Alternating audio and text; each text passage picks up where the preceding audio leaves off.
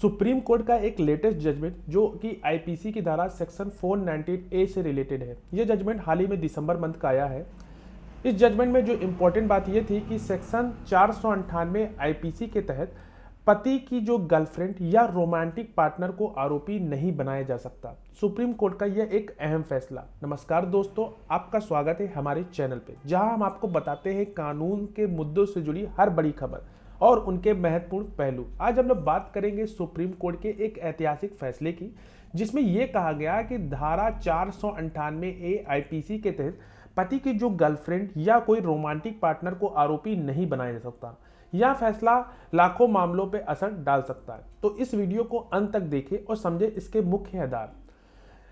Supreme court ने हाल ही में धारा 498 आईपीसी के साथ जुड़ा एक महत्वपूर्ण फैसला दिया। कोर्ट ने स्पष्ट किया कि किसी महिला के खिलाफ धारा 498 के तहत केस दर्ज नहीं हो सकता अगर वह पति की गर्लफ्रेंड या रोमांटिक पार्टनर है। आइए पहले समझते हैं कि धारा 498A आईपीसी है क्या।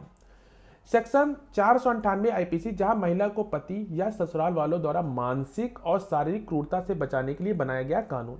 धारा 498A आईपीसी भारतीय दंड संहिता का वह प्रावधान है जो कि शादीशुदा महिलाओं को उनके पति या ससुराल पक्ष द्वारा दी गई मानसिक या शारीरिक क्रूरता से बचाने के लिए बनाया गया। लेकिन इससे एक महत्वपूर्ण शर्त यह भी है कि यह कानून केवल एक रिलेटिव यानी कि रिश्तेदारों पर लागू होता है। लेकिन बात करेंगे सुप्रीम कोर्ट के इस फैसले की कि जिसमें कोर्ट ने यह कहा कि धारा 498 आईपीसी से जुड़े एक मामले की सुनवाई करते हुए कहा कि पति की गर्लफ्रेंड या रोमांटिक पार्टनर को रिलेटिव नहीं माना जा सकता, इसलिए उनके खिलाफ धारा 498 के तहत केस दर्ज करना अवैध होगा।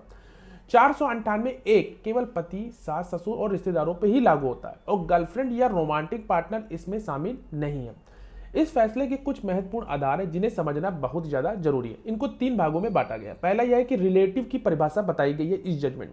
कोर्ट ने कहा कि धारा 498A में रिलेटिव का मतलब है कि केवल पति, सास, ससुर या अन्य करीबी रिश्तेदार। पति की गर्लफ्रेंड या रोमांटिक पार्टनर को कानून रिलेटिव नहीं माना जा सकता।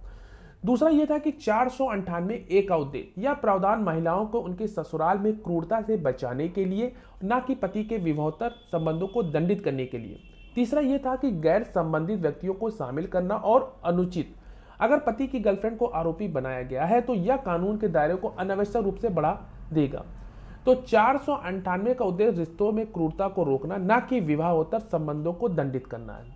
यह फैसला कई मामलों में प्रभावित करे क्योंकि अक्सर ऐसे केस दर्ज किए जाते हैं जहां पति की गर्लफ्रेंड को आरोपी बनाया जाता है।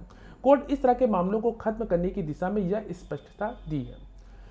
अगर आपको किसी ऐसे मामले में शामिल है या आप किसी को जानते हैं तो इस फैसलों को ध्यान में रखें और कानूनी सलाह लें। धारा 498A का सही उपयोग करें। साथ ही झूठे मामलों को रोकने के लिए सुप्रीम कोर्ट का यह कदम काफी महत्वपूर्ण है। कानून का सही उपयोग करें, झूठे मामलों से बचें। दोस्तों, इस फैसले में आपकी क्या राय है हमें कमेंट में जरूर बताएं। अगर आपको वीडियो पसंद आया तो इसे जरूर लाइक करें, शेयर करें, हमारे चैनल को जरूर सब्सक्राइब करें। ऐसे ही कानूनी विषयों पर जानकारी पाने के लिए जुड़े रहें। तब तक के लिए धन्यवाद।